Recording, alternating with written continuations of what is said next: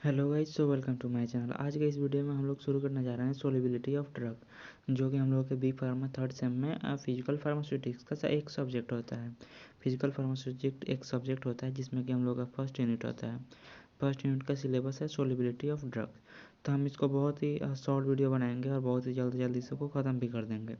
तो यहाँ पे सबसे पहले हम लोगों का टॉपिक आता है सोलिबिलिटी। अब सोलिबिलिटी को समझने से पहले हम लोगों को समझना पड़ेगा सॉल्यूशन क्या होता है। तो सॉल्यूशन आप लोगों को इतना समझ में आ रहा होगा कि जैसे भी किसी भी दो कंपाउंड या फिर दो कंपाउंड बोल सकते हैं, उनका मिक्सचर को क्या बोलते हैं, सॉल्यूशन बोलते हैं। सॉल्यूशन में हम लोगों का सॉल्यूट होता है और एक सॉल्वेंट होता है। जैसे कि अगर किसी भी चीज़ का घोल बना हुआ होता है तो एक तो उसमें बहुत ही कम मात्रा में चीज़ ऐड हुआ रहता है और एक ज़्यादा मात्रा में चीज़ ऐड हुआ रहता है। जैसे कि चीनी पानी का घोल हो गया आपका, तो वह एक सॉल्यूशन है जिसमें आपका चीनी सॉल्यूट हो जाएगा और पानी सॉल्वेंट हो जाएगा।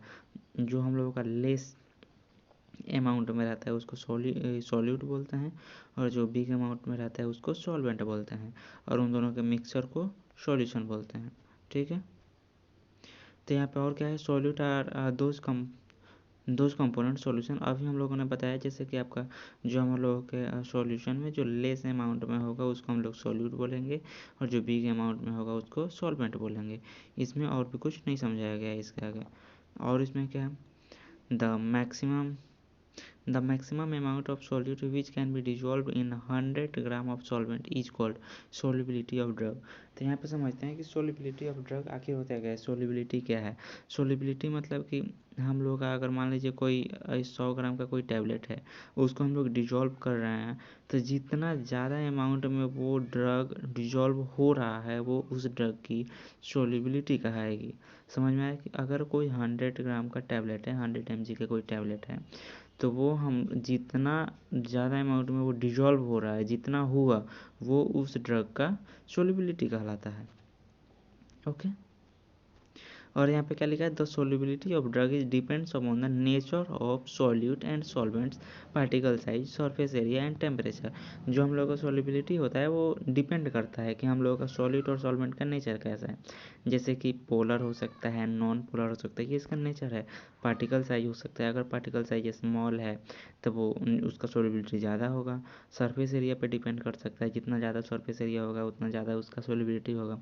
टेम्परेचर होगा, हाई टेम्परेचर पे सोल्युबिलिटी हाई रहता है। ओके, यही सब है इसमें। इसके बाद हम लोगों का एक टॉपिक आता है सॉल्युबिलिटी एक्सप्रेशन। ठीक, कि सॉल्युबिलिटी को कुछ एक्सप्रेस किया जाता है, उसको हम लोग अभी पढ़ रहे हैं।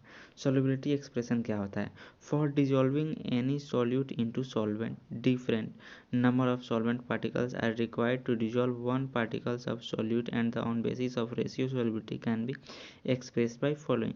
मतलब कि कुछ जैसे कि हम लोग का ये मिक्सचर हो गया, ठीक, इसमें हम लोग को कैसे पता चलेगा कि ये कौन से लेवल का सॉल्यूशन बना हुआ है। इसमें हम लोग को पता चलता है कि हम लोग का सॉल्यूट जो है वो कितने अमाउंट में है, कितना लेस देन है, कितना उसका पार्ट है। जैसे कि इसमें लिखा हुआ है कि जैसे अगर कोई सॉल्यूट है वो बहुत ही ज़्यादा सॉल्यूबल है, वेरी सॉल्यूबल है, तो लेस देन 1 पार्ट होगा। अगर वो फ्रीली सॉल्यूबल है 1 to 10 होगा, सॉल्यूबल है 10 to 30 होगा। सेम यही इसका रेशियो चलता रहता है। अब इसमें हम लोग सैम्पल समझ लेते हैं कि टाइप्स ऑफ सॉल्यूशन। जो हम लोग का सॉल्यूशन भी होता है वो भी कुछ पार्ट्स में डिवाइड हुआ रहता है। जैसे कि एक आता है हम लोग का सेचूरेटेड सॉल्यूशन। नाम से ही समझ में आ रहा होगा कि सेचूरेटेड सॉल्यूशन क्या होता है। सेचूरेटेड सॉल्यूशन मतलब कि हम लोग का कोई भी सॉल्यूशन है वो पूरी तरह से मिक्स हो जाता है, उसको हम लोग सेचूरेटेड सॉल्यूशन बोलते हैं। 100 में 100 नहीं बोला जा सकता है, बट 100 in 80 90 ये बोला जा सकता है। सेम इसका उल्टा आता है, क्या आता है, अनसेचुरेटेड सॉल्यूशन।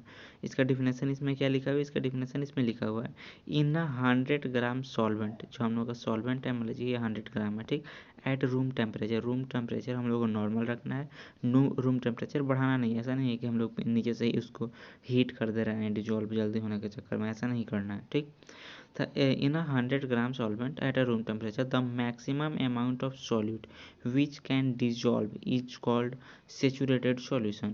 जो हम लोग का 100 ग्राम जो सॉल्वेंट है वो हम लोगों को, जो हम लोग 100 ग्राम है वो कितना ज़्यादा उसमें डिजॉल्व हो रहा है, वो अपने मैक्सिमम अमाउंट में है, उसी को हम लोग क्या बोलते हैं, सैचुरेटेड सॉल्यूशन बोलते हैं। इसका in saturated solution at same temperature no extra particles और solute can be dissolved. Okay, ये रहा इसका फिगर हो गया। अनसैचुरेटेड सॉल्यूशन क्या आता है, ये लगभग उतना डिजॉल्व नहीं कर पाता है, ये जो सॉल्यूशन होता है वो नहीं होता। एक होता है डिजॉल्विंग सॉल्यूशन, एक होता है अनडिजॉल्विंग सॉल्यूशन। तो ये जो अनसैचुरेटेड सॉल्यूशन होता है ये हम लोगों का अनडिजॉल्विंग सॉल्यूशन में आता है। In 100 gram solvents few amount solute less than saturated solution is dissolve then it is called unsaturated solution. ठीक है, इसमें इतना समझने का कोई जरूरत नहीं है। और एक आता है हम लोग का सुपर सैचुरेटेड सॉल्यूशन। तो सुपर सैचुरेटेड सॉल्यूशन को हम लोग कहते हैं एक्स्ट्रा हीट प्रोवाइड किया जाता है। एक्स्ट्रा जब हम लोग हीट प्रोवाइड करते हैं तो उस कंडीशन को हम लोग बोलेंगे super saturated solution. In 100 gram solvent in maximum amount of solute can dissolve after heating is called supersaturated solution. When temperature is increased, then the surface area of solute is also increases. Okay, जो हम लोग का solution होता है, जो dissolving power होता है वो और भी ज़्यादा बढ़ जाता है जितना ज़्यादा हम लोग उसको हीट करते हैं। ओके, ये सेम चीज़ है उसका increases. So some more amount of solute can be dissolve in saturated solution. ये लगभग सेम होता है लेकिन इसमें ज़्यादा पावर होता है as compare to saturated solution. Okay, अब एक और टॉपिक आता है इसमें हम लोगों का कि mechanism of solute and solvent interaction. ये किस मैकेनिज्म पर काम करता है। आप लोगों को पता है कि जैसे कि कोई भी सॉल्यूशन में दो चीज़ हो गई, एक होता है आपका सॉल्यूट, एक होता है आपका सॉल्वेंट। ओके, तो ये दो चीज़ होगा तब इनके बीच भी तो इंटरेक्शन होता होगा ना, या फिर इनके बीच इंटरेक्शन होता होगा तभी तो वो जाके सॉल्यूशन बनते हैं। Okay, that the dissolution of solute and solvent is depend upon the different solute solvent interaction mechanism. जैसे कि इसमें कभी कभी होता है कि जो हम लोग का सॉल्यूट है वो पोलर होगा और जो सॉल्वेंट है वो नॉन पोलर होगा।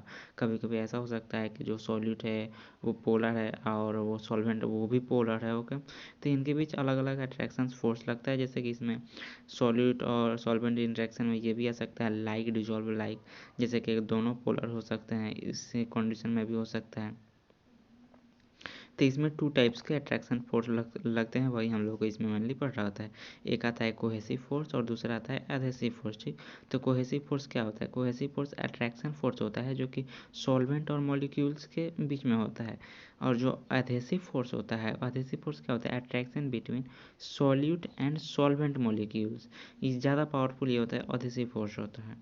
ओके, लगभग ये आप लोग इसका रिवाइज कर लीजिएगा, नोट्स आप लोगों का यही लिखना पड़ेगा। ओके, जहाँ आप लोगों को नोट्स लिखना पड़ेगा वहाँ वीडियो पॉज कर दीजिएगा, उसके बाद आप लोग इसको लिख सकते हैं। तो चलिए मिलते हैं नेक्स्ट वीडियो में, आज के लिए इतना ही, थैंक यू।